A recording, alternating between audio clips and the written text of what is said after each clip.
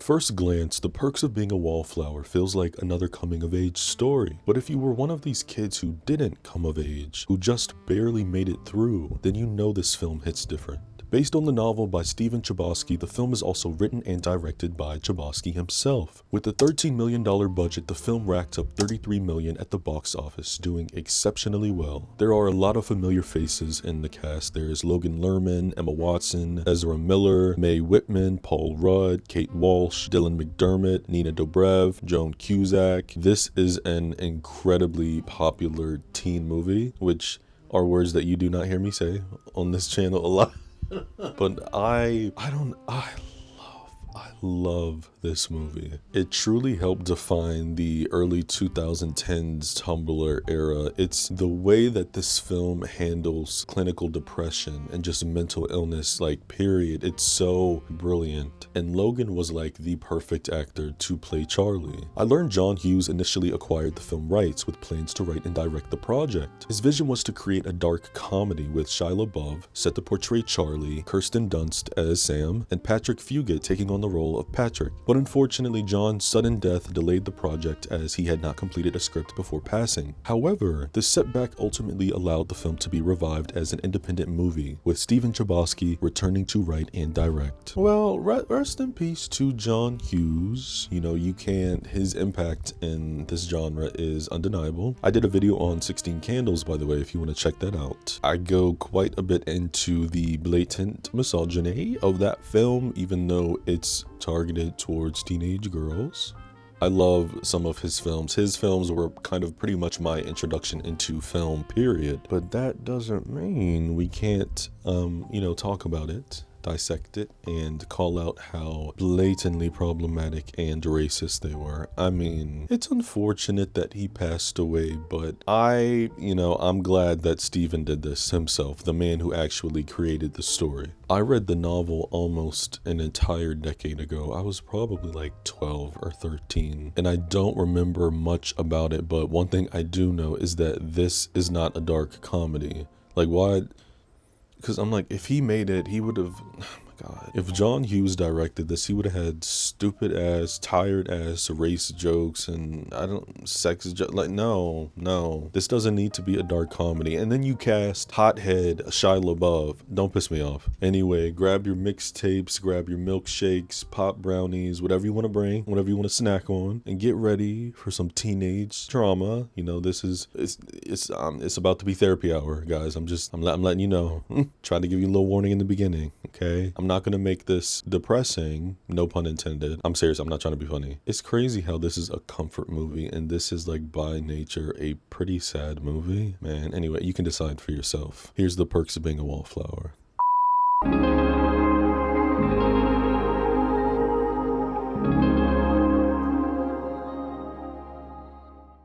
The film opens with our protagonist Charlie writing to an unknown friend, which is us, the audience, about all the current events going on in his life. All summer, Charlie hasn't spoken to anyone outside of his family, and tomorrow's his first day of high school. Only 1,385 days to go. It'll be over before you know it, Charlie. Trust me. We see a jock named Brad in the halls who's trying to make his homies kiss. Foreshadowing. Everything about Charlie's body language, his path of eyesight, and his semi-awkward stream of consciousness way of writing just shows us just how sheltered he is. We see his sister Candace and her crusty boyfriend Derek reject him at the cafeteria because only seniors can sit at their table. And he figured even after Candace rejected him, his old friend Susan would want to have lunch with him. In middle school, Susan was fun to be around, but now she don't want to holla. She don't want to holla at my boy no more. You know, just people acting brand new in high school. Before Charlie's older brother Chris went to play football for Penn State, he and Brad played together. So we thought Brad would at least say hi, but Brad's a senior and Charlie is Charlie. You know, sorry, I'm not cool enough for you. Then there's Patrick, a senior taking freshman woodshop who on the first day decided to make fun of their teacher instead of the freshman. The teacher, Mr. Callahan, comes in calling him patty cakes, and Patrick says, "You either call me Patrick or nothing." Okay, nothing. Report him, Patrick. In Charlie's last class of the day, Advanced English, he tells us just how excited he is to learn with the smartest kids in the school. Nice trapper keeper. And nice metal braces for your up teeth. Now all you need to work on is that acne, you know, that matches the texture of your bedroom walls in that Section 8 apartment that you live in with your mom and your abusive father who works at the Dollar Tree. We meet the English teacher, Mr. Anderson, next, who tells his fresh meat that they're going to learn about Harper Lee's To Kill a Mockingbird. He asks them who'd like to get out of the first pop quiz, and everybody except Charlie raises their hand. So he says, you can skip the quiz if you tell me which author invented the paperback book. Rina Sawayama raises her hand, saying, Shakespeare. That's a great guess, dumbass, but no, Shakespeare didn't write novels. The correct answer is, he says, looking down at Charlie's paper, who wrote the actual correct answer, Charles Dickens. If you wanted to see a Shakespeare play back in the his A, you'd have to put these pennies in a metal box and the ushers would lock it in the office, and that's where we get the term. People are yelling cash register, Office Max, like, stop playing with me. I'll give y'all a pass for Charles Dickens, but like, come on, like, this is, he literally said half of the word already, box. Anderson even offers a free A on anything except the final term paper if they get it right. He eyes Charlie, who's writing the correct answer, which is box office. After class, Anderson tells Charlie he should learn to participate, asking why he didn't raise his hand. He even admits he heard Charlie had a tough time last year, but they say, if you make one friend on your first day, you're doing okay. Charlie's like, thanks, Unc, but you know, if my English teacher is the only friend I make today, that would be sort of depressing. I'm okay. Thanks. You ain't got to lie, Charlie. In the hallway, a senior passes him, snatching his book and ripping the cover just to be a dick. If you had an experience like this in high school for whatever reason, I don't care whether it be your weight, whether it be, you know, jokes, the way you dress, the way you act, none of that. I don't care. It's not, this is never acceptable, honestly. And like the fact that even the girl in the classroom, you know, dropping the F slur, like this, Charlie literally, he's literally not doing anything. He's not bothering anybody. He just has a target on his back for no reason. Every time I watch this movie, I want to jump through the screen so bad and punch the shit out of everybody who messes with him. If his parents ask him about his first day, Charlie admits he'd pass on telling them the truth because he doesn't want them to worry that he might get bad again. But if his Aunt Helen were still here, he could talk to her. She would understand how Charlie is both happy and sad. And even though our protagonist doesn't know how this can be, he just hopes to make a friend soon. Candace has Derek over dinner and Pops does not like his ass. They all suspect Charlie of having a midday and Pops tells him to just give him a smile and be yourself. Right. Freshman year is tough, but you really find yourself. Thanks, Derek. You really don't. After dinner, Mummy is telling Pops he needs to be a little nicer to Derek, but Pop says he's a pussy and I can't stand him. Valid. Derek makes Candace a mixtape every single week full of songs, and after giving her his most recent, she gives it to Charlie. But the thing is, she doesn't even wait for bro to pull off or for them to step inside. Charlie listens to the tape that night on his boombox, and we hear Derek say, "Hey babe, this next one might be a little sad, but it reminded me of your eyes." And the song Asleep by the Smiths begin playing. Yes, this was the movie, just like many others that got me into the Smiths. I mean, wow. You know, that concrete acne skank with the braces is picking on Charlie once again, helping a group of guys push Charlie into the bathroom, probably to get a swirler. One of you better do something about this woman, or I will. We see Charlie take mysterious meds, and my guess is they're probably SSRIs. The days are flying, Asleep is still playing, and one night during a football game, with this large-ass crowd, I mean, can you spell social anxiety? Patrick's near the top cheering for the Devils, and Charlie musters up the chops to find a seat across the stairs from him. Pat recognizes him from shop class and invites him to sit, thanking Charlie for not calling him nothing because it's boring and unoriginal. That's when we meet Sam, Patrick's stepsister, who's in the bathroom. Wow. After Charlie tells them his last name, Patrick recognizes his sister being the girl dating Ponytail Derek. Pat asks Sam what's the plan tonight, so they decide to hit up King's Diner. During both the game and in the diner, Patrick has been keeping his eyes on Brad. Is this a little crush? Is Mr. Bradley in the closet? Every time I see Johnny Simmons, who plays Brad, I see, what was his name in Jennifer's Body? Chip? Sam asks Charlie about his favorite band and he names the Smiths. And just like that, best friends. She asks him what's he gonna do after he graduates. And Charlie says his Aunt Helen said that he should be a writer, but he doesn't know what he would write about. You could write about us. Yeah. Call it Slut and the Falcon. Make us solve crimes. I'm on it. After dinner, they drop Charlie off home, thanking him for paying, and when he gets inside, Candace and Derek are arguing. Candace calls him a mama's boy, saying every time she's around his mom, he just stand there like a little bitch dog. Oh, hell no! Let me show y'all bitches something. See, I will take some shit out. I swear to God. Charlie rushes up in there like, oh word, we ain't doing that. But Candace pushes him out, saying she can handle it. The thing with Charlie is that he might not stand up for himself, but he will stand up for people he cares about. Even though this doormat just hit you, even though you hate his mixtapes, and even though you're always talking about how much of a pushover he is, Candace makes up with Derek. Charlie has a flashback to his Aunt Helen visiting as he waits on the steps for his sister. She tries reasoning that he egged her on, whatever that means. Derek's never hit her before, and she promises Charlie that he'll never do it again. But why are we promising the brother that? The man who hit you should be promising you that. Charlie alludes to Aunt Helen's boyfriend doing the same things, and Candace says that she can handle Ponytail Derek before begging her baby bro not to tell their parents.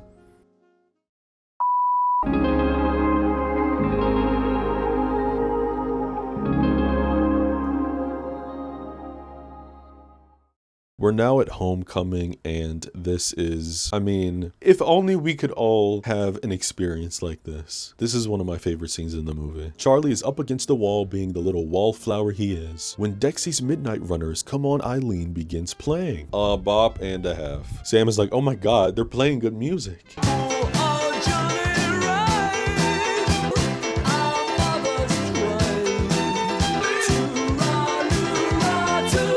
Like I said, if only proms, homecomings, whatever, dance, like if they played actual good music. I don't recall going to any of the dances or homecomings, but I did go to prom. And you know what they were playing? I tell all my hoes, rake it up. I am a neo soul R&B boy. I like alternative. I can honestly get down with every single genre. My taste is, it be hopping every one sec. I'm listening to Solange, then Frank Sinatra, then Amy Winehouse, then Mac Ayres, then the Smiths, then Mariah. Like it just be everywhere, right? I'll pretty much listen to anything except country. Oh girl, I'm drinking a beer and I'm mowing the lawn. Got me thinking about you in my 4x4. Like, baby doll, what is this? What is that?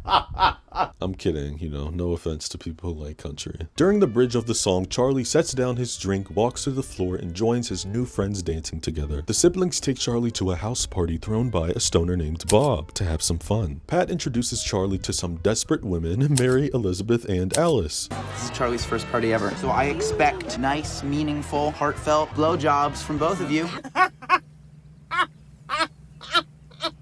Favorite line. Sam shows the group that Brad's here, and Charlie is confusion because he's a popular kid. And Mary is like, then what are we? Bob brings Charlie a tray of brownies to eat, and I think we know what this is. An hour later, Mary asks Charlie what he thinks about high school. Bullshit. Not they got this kid high. In the book, Patrick and Mary Elizabeth were chain smokers, and Charlie had a smoking phase, but that was removed in the film to get that PG-13 rating. And if this was made today, we know what it would be. They would be up in here. That Mary Jujuana really just, you know, knocked off Charlie's filter. Mary Elizabeth, I think you're really gonna regret that, you know. Haircut when you look back at old photographs. Sam comes back berating Bob for giving Charlie an edible, but he's like, come on, he likes it, look at him. Sam's like, how do you feel, Charlie? I just really want a milkshake. So she makes him one while Charlie is just yapping off about everything that comes to mind. After Sam asks Charlie if this is the first time he's gotten high, he brings up his best friend Michael, whose dad was a big drinker, so he hated all that kind of stuff, and even parties too. When Sam asks where's Michael tonight, He shot himself last May. Charlie's like, but yeah, anyways, you know, I kind of wish he would have left a note or something. Like, oh my god, somebody give him a hug. He asks Sam where's the bathroom and goes upstairs, opening a door where he sees Patrick and B-Rad making out. I can take care of it. Stop it! I knew it. B-Rad starts anxiously freaking out, saying, who is that? And Patrick tells him to relax before going in the hall to tell Charlie not to say anything. He says, this is our little secret. Sam tells Patrick about Charlie's friend and how she believes he doesn't have any friends. So Pat gathers everybody to raise their glass, even though they all have red and blue solo cups. You see things and you understand. You're a wallflower. They changed it for the movie for whatever reason. Maybe it just hits harder in a cinematic way, I don't know, but the original phrase is, you see things, you keep quiet about them, and you understand. Welcome to the island of misfit toys. The gang ride through the night as David Bowie's Heroes plays. I will be king, and you will be queen.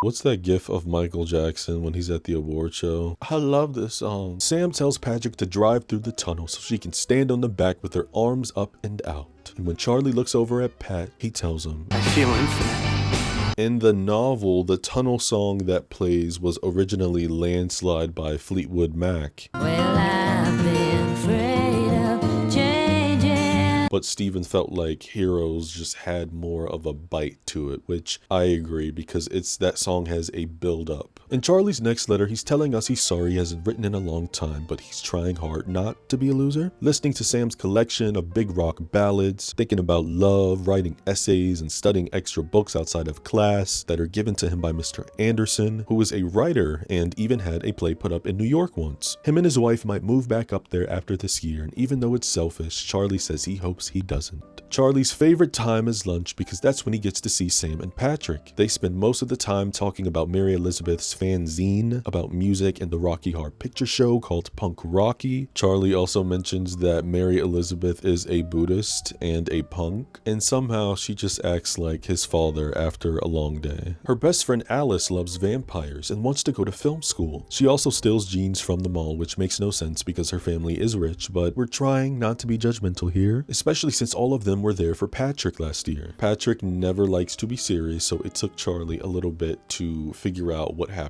When he was a junior, Pat started seeing Brad on weekends in secret. Brad had to get drunk every time they fooled around, and then Monday in school, Brad would say, "Man, I was so wasted, I don't remember a thing." This went on for 7 months, and when they finally had Brad said he loved Patrick and started to cry, but no matter what Patrick did, Brad kept saying his dad would kill him and say he was going to hell. Pat was eventually able to help Brad get sober, and now he doesn't have to get drunk to love him. Charlie thinks he understands this because he really likes Sam. He asked his sister about her, and Candace said that when Sam was a freshman, the upperclassmen used to get her drunk at parties, and she had quite a reputation, but Charlie doesn't care because he'd hate for Sam to judge him based on what he used to be like. So he's been making Sam mixtapes so she'll know how he feels. This is so cute. We can all learn something from Charlie. Okay, out here making mixtapes back in the day, and now we just oh, we made you a Spotify playlist, you like it? Sitting here tapping. Like back in the day, you had to put effort into that shit. I am a 2000s kid, so I didn't even get to experience that, but what I did experience was people burning CDs. Oh shit, that was, one night Charlie goes to the group's performance of Rocky Horror at their local theater. So many firsts for me. This was also how I learned about Rocky Horror. I'll never forget, I went into a movie stop. Y'all remember those? Tragic. Why the hell was that even a thing? Like, was it even successful? GameStop, movie stop, what's next? Porn stop? But yeah, I went in there with no intention. I just wanted to look around, and I'll never forget, like, I walked into one aisle and turned, and my eyes just immediately locked on it, and I found the DVD of the Rocky Horror Picture Show. The angels, the universe was listening, and the rest is history. Sam got her SAT scores back, and they're not looking too sexy. If she wants to get them into Penn State, she's gonna have to do much better. So Charlie offers to help her study for the next one, before very awkwardly taking out the mixtape he made her, mentioning he couldn't find the tunnel song, but he's still searching for it. Sam's been dating this cat named Craig, and Charlie's over here yearning, imagining it's him she's dancing with, and we learn from the friend group gossiping that none of them care for this guy. Patrick motions how he wants Sam to stop playing dumb for these guys, and stop making herself so small. Craig then comes up to Charlie, who's been controlling the music at the party, telling him his music is to jump off the bridge, and he wants something more upbeat. Craig tosses Charlie's mixtape at him, mentioning Sam said he wanted to be a writer. Yeah. Don't you write poetry, Craig? The way he said that, were you trying to make fun of him or something? But you out here writing poetry, fucking wannabe. Poetry writes me, you know? God.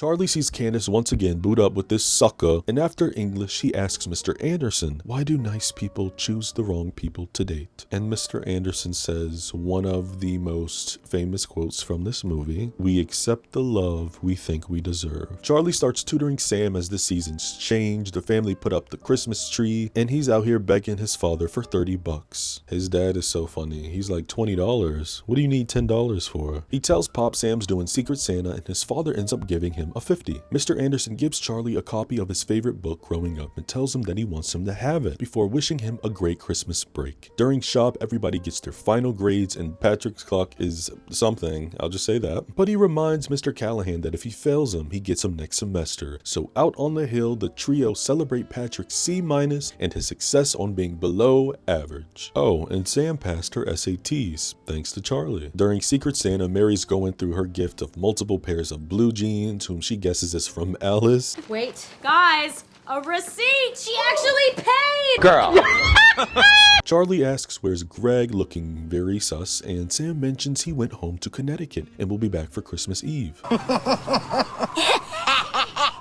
Patrick's received a harmonica, a magnetic poetry set, a book about Harvey Milk, and a mixtape with the song Asleep on it twice. Saying this collection of presents is so gay, he thinks he must have given it to himself, but accurately guesses Charlie. Charlie's received socks, pants, a shirt, and a belt that he was ordered to wear tonight. And he guesses that his gift is from Mary Elizabeth, since she likes to boss people around. He's so funny. It's actually Patrick, though, who got him the suit because all the great writers used to wear great suits. And his last piece of the present is on a towel rack in the bathroom. Charlie hands them all a sack of extra gifts because he's a sweetie pie. And of course, Mary Elizabeth points out that, you know, this is Secret Santa, no more extra gift. Like, shut up. Be grateful that your punk ass got something too. Anyway, Charlie got Sam a vinyl by the Beatles. When he comes out the bathroom, his last Pete was a nice top coat. Sam takes Charlie to her room to give him her personal present. Get your mind out the gutter. This girl got him a typewriter. I don't know what to say. You don't have to say anything. Wow. Sam apologizes that she won't be here for Charlie's birthday because she's going to visit her dad, and even though she hates him, nothing can ruin her mood. Sam is finally doing good, and she's like, look at you, Mr. Scared, secluded freshman, and now you're like a sexy English schoolboy. She also mentions how she saw Mary Elizabeth checking him out. As if. Sam asks Charlie if he's ever had a girlfriend, even a little Valentine in grade school? No? And he's never kissed a girl either. When Charlie says, what about you? She's like, have I ever kissed a girl? No, bitch, your first kiss. I was 11. His name was Robert. Oh, that's sweet. Sam says he used to come over to her house all the time, and after Charlie asks if he was her first boyfriend, He was my dad's boss. But then I started to understand what was going on. Sam reveals she used to sleep with a lot of guys who treated her like shit and get wasted all the time, but now she feels that she's really got a chance. Aunt Helen had the same thing done to her too, but then she turned her life around. She was Charlie's favorite person in the world up until now. Sam then sits up and she's like, look, I know you know that I like Craig, but like, I just want you to forget about that for a second. Huh? She wants to make sure that the first person who kisses Charlie loves him, then moves closer, kissing him before saying, I love you, Charlie. Charlie's older brother Chris visits for the holidays, and that night while outside, Charlie has more flashbacks to his Aunt Helen. Charlie has a chat with Chris late at night, and his older bro asks him how things are. He's not picturing things anymore, and if he does, he can shut it off, so that's a start. Nah. At church, the family lines up to have communion wafers. And every time I see these, I think about the scene in Superstar when Evian is getting hers and before he pops it in her mouth. The body of Christ. Are these not fat? Anyway, when it's Charlie's turn, the camera zooms closer to his mouth until it turns into LSD. Oh, He asks Mary how long it takes to kick in, and she just laughs and pats him. Answer the question. I hate people like this. Charlie's outside shoveling snow when Sam comes to chat, and bro is saying some very strange things about the trees turning into dragons. Sam tells him to look up at the peaceful night sky before Charlie asks, do you think if people knew how crazy you really were, no one would ever talk to you? When he goes back in the house party, bro is having double vision. The memories are flooding back. Aunt Helen is telling a young Charlie that this will be our little secret, and he's got to go back outside to make a snow angel, having quick flashes of the final night he saw Aunt Helen, imagining her in the car with the Beatles record, the crash, the cops coming to the house, and next thing we know, Charlie is in the ER being questioned. He was found passed out on the ground around 6 o'clock in the morning. Mama is stressed out because her baby boy is saying things again. Lord. People in school are clowning Charlie's suit, which I'm confused about because I'm sorry that he looked fly and y'all are dressing in your grandfather's hand-me-downs that he bought 200 years ago with 50 cents. And once again, this concrete skin skank keep running her mouth. Nice look, Jagoff. I'ma smack one of you bitches. I'm telling y'all, go ahead with y'all bullshit. Backstage at the theater, the show begins in 10 minutes. Craig's flaked out on all of them and they need a Rocky. Brad isn't doing that, obviously, because we have a rep to protect. So Mary tells Charlie to take off his clothes. Emma Watson lip syncs for her life on stage and touch it, touch it, touch it, touch me. I want to be dirty. Before they get to the final number, look at my baby.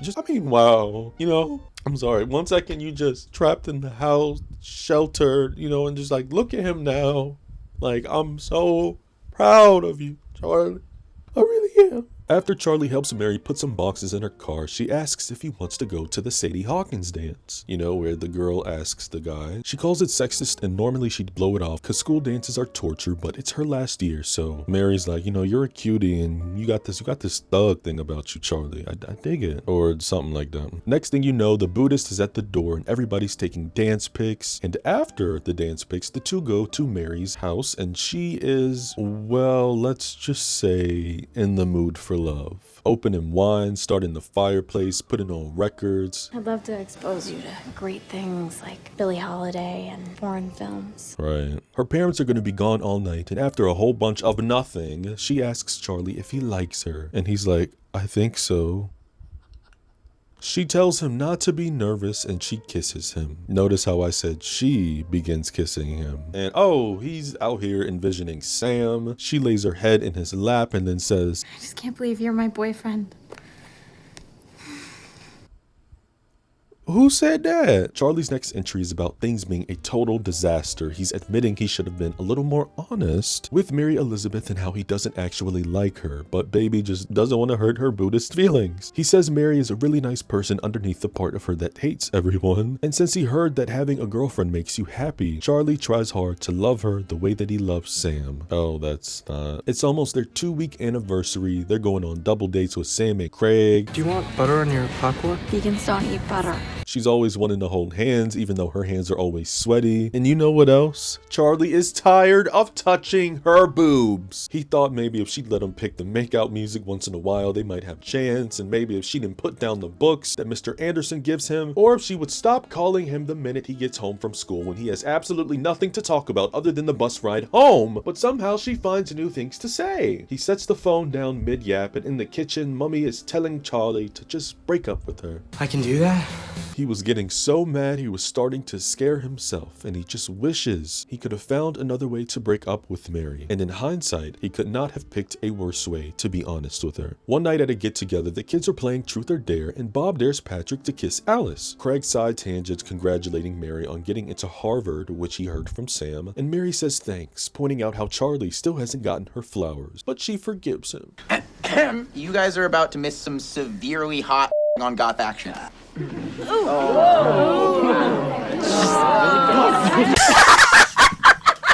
It's now Patrick's turn, and he asks Charlie how his first relationship is going. It's so bad that I keep fantasizing that one of us is dying of cancer so that I don't have to break up with her. He snaps from his daydream and Patrick's still asking him truth or dare. He picks dare. Pat dares him to kiss the prettiest girl in the room on the lips. Oh, that's up. Mary runs off, and before Sam follows, she's like, what the hell is wrong with you? Charlie decides to leave, and Pat tells him there's history between the girls with other guys and things that have nothing to do with Charlie, but it's best if he stays away for a while.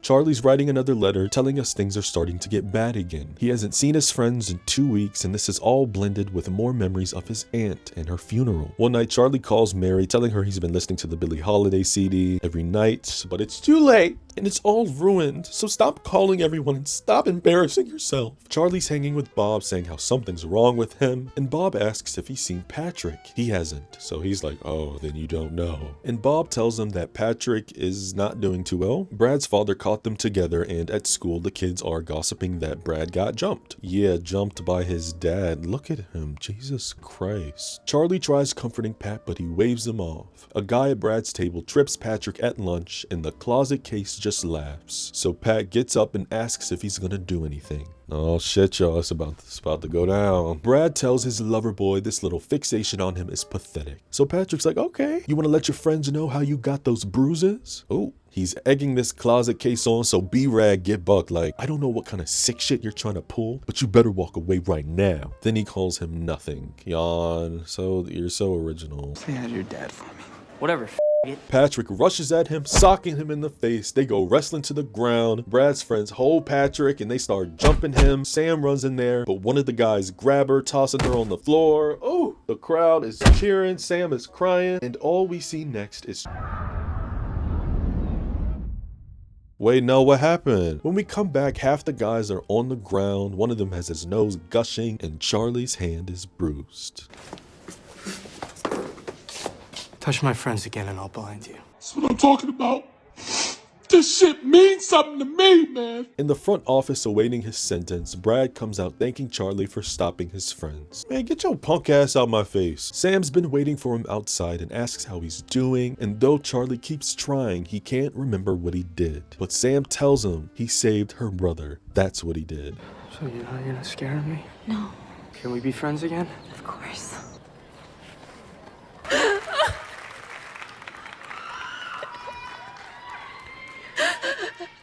Oh my God. Mary tells Charlie she's dating Peter now. He's in college with Craig and he's opinionated, and you know, they have intellectual debates, and she's found her Buddhist match, basically. She calls Charlie sweet, but their relationship was too one-sided. You know what, good for her. She gets her little closure breakup thing, whatever. Anyway, we don't care. Patrick asks Charlie if he wants to get out of here, and you can already feel the context by the way that he said that. They go riding, and Patrick's telling him that maybe one day he'll take Charlie down to this club. Before they go up the hill, and Patrick starts venting about his life officially being an after-school special. They tell each other suburban legends that they're definitely pulling out their ass, and after 2 rounds of this, Patrick tells him a story reflecting what happened the night he spent with Brad. His dad caught them in the basement, started beating his son, while Patrick screamed and cried, but all Brad did was yell at him to get out. But Patty is free now. You know, he can meet the love of his life any second. I just need to meet a good guy.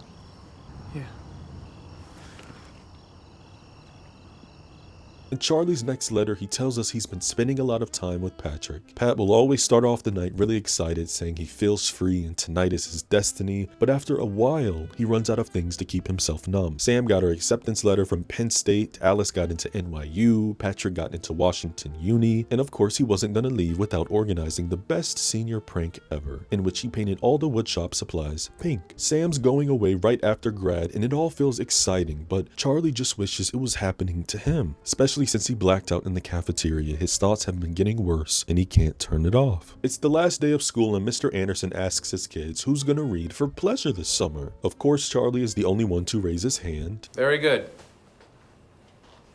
Say something, bitch, I dare. I'm gonna knock them goddamn braces out your mouth. Charlie asks Mr. Anderson if he's going to New York, and he's decided not to. He thinks he'll be better off teaching than writing. Anderson even tells Charlie he was thinking he could still give him books next year and continue their secret assignments, before telling Charlie he believes he could write one of them one day. Charlie tells Anderson he's the best teacher he's ever had and gives him an awkwardly cute hug. Pearly Dewdrops Drops begins after the bell rings and the friend group run to the top of the bleachers. Everyone he loves had their last day of high school ever, and he was happy because they were happy. Prom night, Candace finally decided to break up with that pathetic ass Derek and go stag with her girlfriends. Then there was Sam. Charlie's looked at her picture since that night and likes to see how happy she was before she knew. Before she knew what?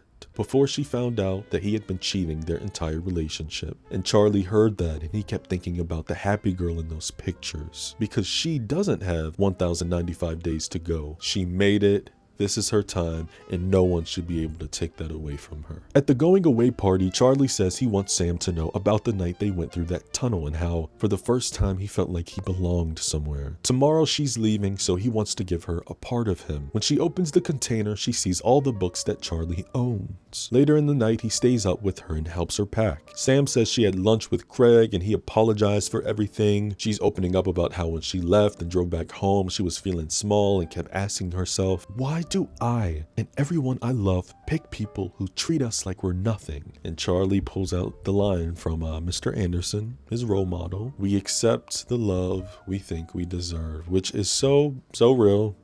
So real. She questions why Charlie didn't go after her and ask her out, but he says he didn't think that's what she wanted. She starts lecturing him, saying you can't go your entire life putting everybody else's needs before yours. Cause if you can't love yourself, then how the hell you gonna love? The character growth is real. Charlie tells Sam, I know I'm quiet and I know I should speak more, but if you knew the things that were in my head most of the time, you know what it really meant and how much we're alike and how we've been through the same things, and you're not small, you're beautiful. Then he gets up and kisses her. Sam starts rubbing his leg and he pulls back because the drama's kicking in, but I'm pretty sure they made love that night. The next morning, they give final goodbyes, final kisses, and Charlie's flashes of his night with Sam begin, until those turn into flashbacks of his Aunt Helen rubbing his leg and telling him not to wake his sister. All of Charlie's trauma keeps bubbling back. He's whispering to himself that this is his fault. He's banging his head against the front door. Flashes of the entire school year flood his brain, and my baby is crying. Logan Lerman's performance in this movie, every time. Great actor, and I'm not gonna lie, I will sit here and say with my entire chest every time I see the scene, like at least one tear comes down, especially when he's sitting at the desk and he's just like everything is just rushing down his face and he's like, stop crying, stop crying, stop crying, stop crying. We are no secret. Oh God. Oh God, give me a minute. Candace is at her friend's party getting a call from her brother, who says he can't stop thinking. He tells her he was the reason that Aunt Helen died because she was getting his birthday present, and Candace starts freaking out and tells her friend to call the cops and send them to her house. Charlie hangs up on her, walks around his house before going into the kitchen, bloodshot, having a panic attack, and he sees a knife on the counter. The front door's kicked in and we go to black before we see Charlie in a bedroom by a window. The legend, the icon, the moment, Miss Joan Cusack plays Dr. Burton. Charlie is in Mayview Hospital and he's like, you gotta let me out of here because my dad can't afford this. Once again, thinking about everybody else except himself. Stop! He says he doesn't want to be a Mayview kid and he's just telling them to just tell him how to stop it. Dr. Burton tells Charlie that he was saying things about his Aunt Helen in his sleep, and we go into another letter. Charlie stayed in the hospital for a while and won't go into detail about all of it, but let's just say there were some very bad days and some unexpected beautiful days. He had gotten a letter from Sam. The worst day was the time Dr. Burton told Mom and Dad what Aunt Helen had did to him. The best days were when his siblings visited until Charlie went back to training camp. Candace also started seeing a nice guy at her summer job. Charlie mentions how Dr. Burton said we can't choose where we come from, but we can choose where we go from there. And though he knows there are not answers, it's enough to start putting the pieces together. After 2 months since Pat and Sam left, they show up at his door one evening, go to King's to grab some coffee and a bite, and Sam reveals that her roommate Katie has the best taste in music, and she found the Tunnel Song. In Charlie's final letter, he tells us he won't know if he'll have the time to write, because he might be too busy trying to participate. So if this does end up being his last this letter. He wants us to know he was in a bad place before starting high school, and we helped him, even if we didn't know what he was talking about or know someone who's gone through it. He says, "You made me not feel alone because I know there are people who say all these things don't happen, and there are people who forget what it's like to be 16 when they turn 17. I know these will all be stories someday, and our pictures will become old photographs, and we'll all become someone's mom or dad, but right now, these moments are not stories. This is happening. I am here, and I am looking at her, and she is so beautiful." Charlie and Sam kiss as he ends the film saying, "It's this moment when you know you're not a sad story. You are alive, and you stand up and you see the lights on the building and everything that makes you wonder, and you're listening to that song on that drive with the people you love most in the world." And in this moment, I swear, we are infinite.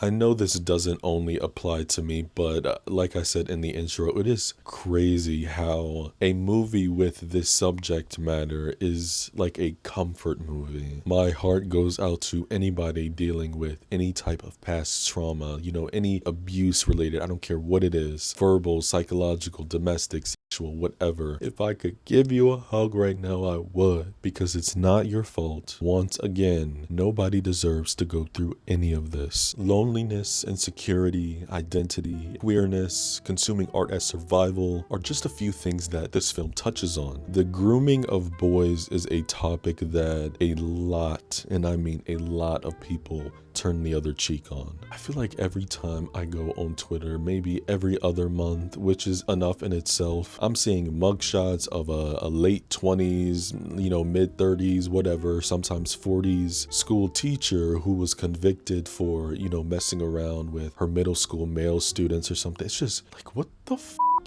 what is going on? Twitter is truly the Wild West. Like, it gives me a headache. Some of the comments on some of these posts I've seen were men being like, you know, "Man, I wish my teacher would have came on to me at 13. You know, she was hot as and you kind of think that they're trolling, but it's like, no, you're not trolling. You're like being dead ass serious. Pisses me off. Like, this is disgusting. I've even seen videos on that platform of grown ass women twerking on, like, you know, 5-year-olds. There will be a whole sword of men around them, and they'll have their phone and be like, "Yeah, bro, yeah, get it, bro, because the kid is getting some ass or something. Like, it's, oh my god, you know, maybe a comet, an asteroid, something, maybe it should come down and take us out. SA is often framed as something that only happens to girls or women. You know, if a man speaks up and says, you know, "I was assaulted, I was groomed," then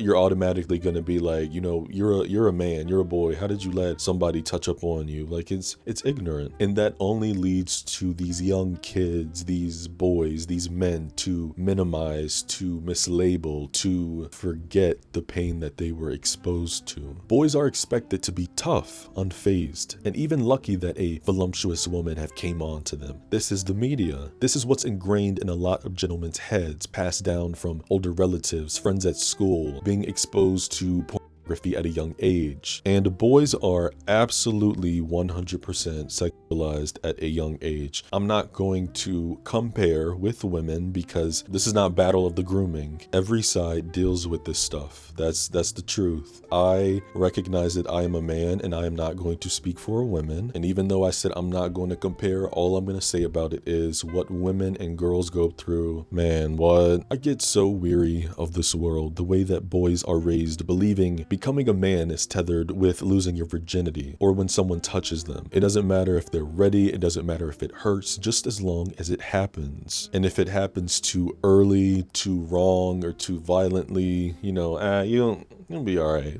This is why so many men grow up to be perverts, addicts, and predators, both in the straight world and the gay world. Brad is the classic example of internalized homophobia, only allowing himself to say how he truly feels when under the influence, getting caught by his father and poisoning not only himself, but everyone around him. Patrick weaponizes his wit to cope with his own demons he's battling. A closeted lover, simply being an unapologetic queer boy on the globe. The boys gotta laugh so he he doesn't scream. That's the case for a lot of gay guys, unfortunately, using humor as armor due to the damage taken from people who never really allowed them to be themselves. In hindsight, there are aspects about this movie that can come off a little bit cringy, but it's, I don't know, it might just be one of those things where you had to be there. You had to be a teen, you had to be a preteen around the time when this movie came out, maybe even when the book came out, but we're specifically talking about the film in this video. And at the end of the day, the subject matter still applies. There are millions of kids who go through these things every single day. We accept the love we think we deserve is the realest shit you ever heard in a long time. It's a devastating thesis for any teenager who's been hurt. Music is something universally bonding no matter what you've been through, what your lifestyle may be, your color, whatever. Its effects on people and helping them get through hardships is magical. The mixtapes, the Smiths, the books, the love language. Charlie processes his life through the art he consumes. Gifting a record or a book is his way of saying, I see you. A boy raised by media. Same king, you know? Also, Charlie forming a relationship with his male teacher who saw him and resonated with him. Why didn't you raise your hand?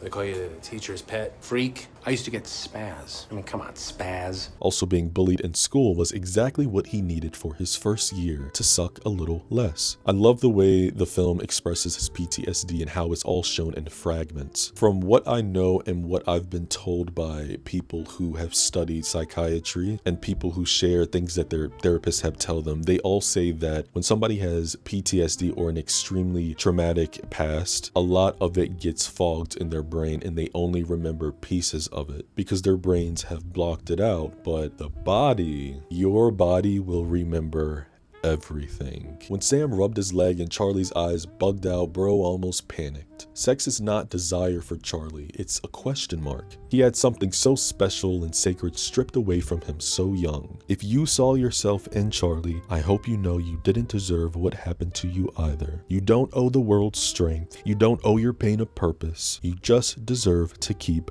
going. And you know what? I don't think the character of Charlie Kelmekis was broken. He just carried too much and didn't know how to release it, then bury it. And maybe that's the quiet horror of growing up. Not the wounds, but the way that we learn to normalize it, smile through it, call it character development. Perks doesn't let us forget. It tells us to look closer. It tells us we are seen. The soft boys, the weird kids, the wallflowers, they remember everything. And in that remembering and finally saying it out loud, they get a shot at something like freedom. Perhaps healing isn't loud. Perhaps it's just finally getting people to see you. And for a boy like our writer Charlie, that's revolutionary.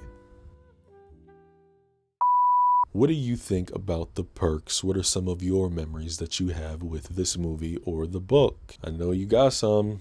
So don't be shy. Don't be shy. If you enjoyed this video, give your man a like. It helps me out a lot. Subscribe if you're new. I would love to have you. And turn on that bell notification so you don't miss another video. In the meantime, Wallflowers, I say this with my entire heart. Please take care of your mind, take care of your body, and take care of your spirit.